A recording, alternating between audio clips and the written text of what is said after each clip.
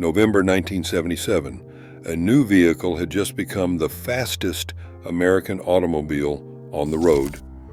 Not the Corvette, not the Trans Am, not any of the performance cars that were supposed to carry the flag for American speed. It was a Dodge pickup truck with chrome exhaust stacks behind the cab and oak planks on the bed floor.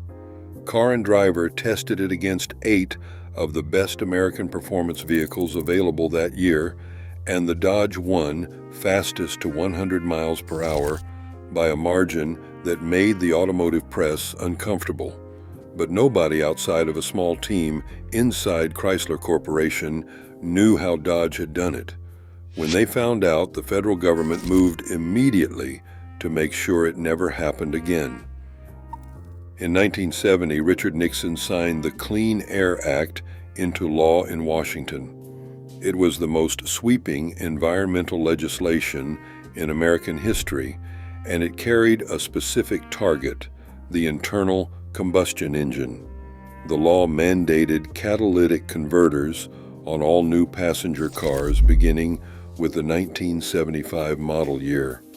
The catalytic converter reduced harmful exhaust emissions, and it also reduced engine output by increasing back pressure in the exhaust system. Every performance car in America became quieter, slower, and less interesting almost overnight. By 1974, the least powerful Corvette made 195 horsepower. By 1978, that number had fallen to 175 horsepower. The Trans Am, the Camaro, the Mustang, all of them were strangled by the same federal requirement. The golden era of American muscle was not fading. It was over. The cars that teenage boys had pinned to their bedroom walls in 1969 were being replaced by soft, neutered versions of themselves that could not embarrass a family sedan. But Tom Hoover had been reading the fine print.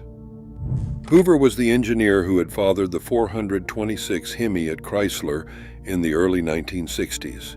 The engine had dominated drag strips from Pomona, California, to Gainesville, Florida, for a decade. When the malaise era arrived and the muscle car world collapsed, Hoover did not retire. He went looking for a gap. In the language of the Clean Air Act and the EPA emissions regulations, he found 2 loopholes. One involved the weight of a truck. The other involved the certification history of an engine that was already on the road.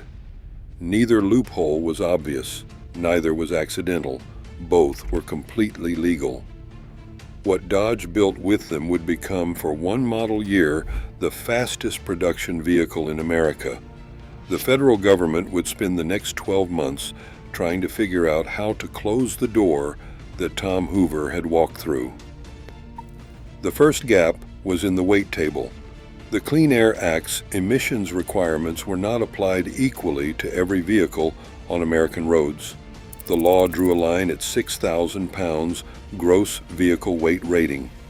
Passenger cars fell below it. Most light trucks fell below it.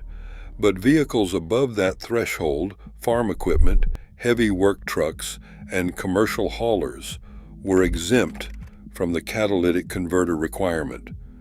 The reasoning was practical. You could not ask a farmer in Amarillo, Texas, to retrofit his grain hauler every time Washington updated the emissions schedule. Hoover looked at Dodge's standard D150 stepside pickup. Its gross vehicle weight rating was 6,100 pounds, 100 pounds above the federal threshold. That made it completely exempt from the catalytic converter requirement that was strangling every performance car in America. But removing the catalytic converter alone was not enough. Without it, an engine could breathe more freely, but the engine still had to be the engine. The engines that had made American muscle cars worth driving in 1969 had been through the EPA's 50,000-mile recertification process under the new rules. They came out the other side detuned, restricted, and slower than their predecessors. Getting more power meant building a new engine. Building a new engine meant going back through recertification. The math did not work. That was the second gap. The EPA's regulations contained a provision Hoover had found buried in the technical language. An engine already certified for road use could be modified without triggering a full recertification. The modifications had to stay within certain parameters, but within those parameters, there was room. Not much, but enough. Hoover's team went looking for the right engine. They found it in Dodge's own fleet. The 360 cubic inch V8 that powered Dodge police interceptors across the country was already certified, already on the road, already carrying the paperwork that meant Dodge would not need to start the recertification clock again. They pulled it, tuned it, fitted it with a 4-barrel carburetor, added Hemi-style mufflers with a crossover pipe, and ran the exhaust up through twin chrome stacks that stood behind the cab like a miniature freightliner. Output was 225 horsepower. In 1978, that was 50 horsepower more than the standard Corvette. The truck they built around it was a Dodge D 150 stepside, red paint, oak planks on the bed floor, chrome wheels staggered in width, narrower at the front to drop the nose, wider at the rear for grip. A modified A727 automatic transmission with a 2,500 revolutions per minute stall converter for faster launches, and a 3.55 sure grip rear differential that put all of it to the ground. They called it the Lil Red Express, part of Dodge's adult toys lineup. The name was casual, the intent was not. When car and driver got hold of it for the November 1977 issue, the results came back in a format that the magazine's editors had not expected to be writing about a pickup truck. It ran a quarter mile in 15.7 seconds at 88 miles per hour and 0 to 60 in approximately 6.7 seconds. It was the fastest American production vehicle to 100 miles per hour. The 1978 Corvette in the same test was half a second faster to 60, but at 100 miles per hour, the truck had already pulled away. The muscle car that was supposed to represent American performance was getting beaten by a work truck that the insurance companies were still classifying as a standard pickup. Dodge built 2,188 of them for the 1978 model year. They sold out. And in Washington, someone finally read the fine print. The government's response was not subtle, and it was not slow. For the 1979 model year, the EPA raised the GVWR exemption threshold from 6,000 pounds to 8,000 pounds. The move was specifically designed to close the gap that Hoover had walked through. Any light truck under 8,000 pounds, which included the Dodge D150, now fell inside the catalytic converter requirement. The 100-pound margin that had made the Lil Red Express possible was gone. Washington had done in one regulatory revision what it had failed to do in the original legislation: shut the door. There was one more detail that made the 1979 response feel almost personal. Federal safety regulations mandated that the new model carry an 85 mile per hour speedometer. The reasoning was that limiting the visible speed range would discourage high-speed driving. The Lil Red Express could exceed 85 miles per hour with room to spare.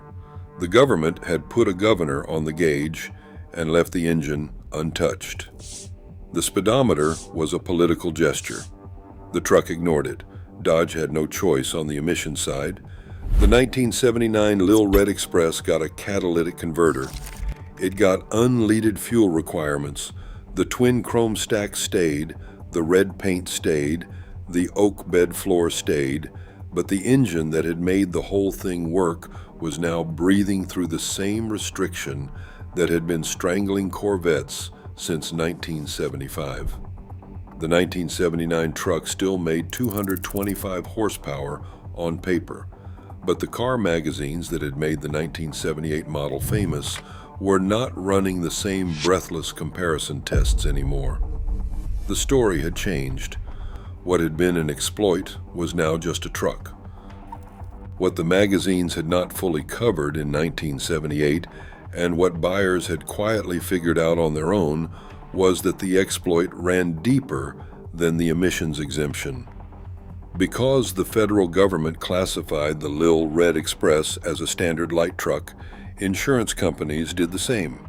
Buyers were paying work truck premiums on a vehicle that had just beaten the Corvette in a straight-line test. The performance car world charged buyers accordingly. High horsepower meant high insurance rates, and the muscle car era had made that relationship automatic. The Lil Red Express existed outside that calculation entirely.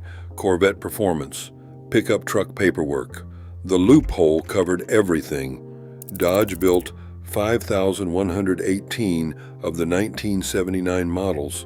That was more than twice the 1978 production run on the back of the reputation the first truck had built. But the lots told a different story.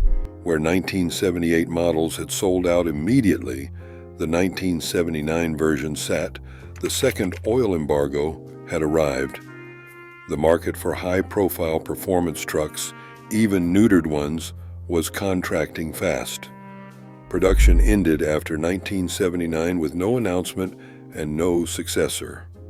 Tom Hoover's last project before the government crackdown ended the same way the muscle car era had ended, not with a fight, but with a production schedule quietly revised and a line in a regulatory document that nobody outside Washington had seen coming.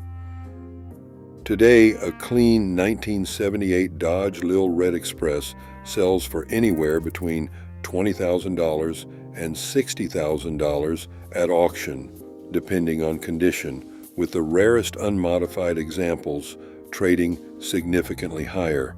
The 1979 models sell at a discount for reasons that anyone who knows the story understands immediately. Stellantis values the truck enough that they brought a restored example to the debut of the 2026 Ram 1500 in Detroit. A reminder that somewhere in the history of the American pickup truck, one man read a federal regulation more carefully than the people who wrote it, found two gaps that nobody else had noticed, and built something that beat the Corvette before the government could stop him. That is the Dodge Lil Red Express. One loophole, one model year, one truck that the law couldn't touch until it rewrote itself.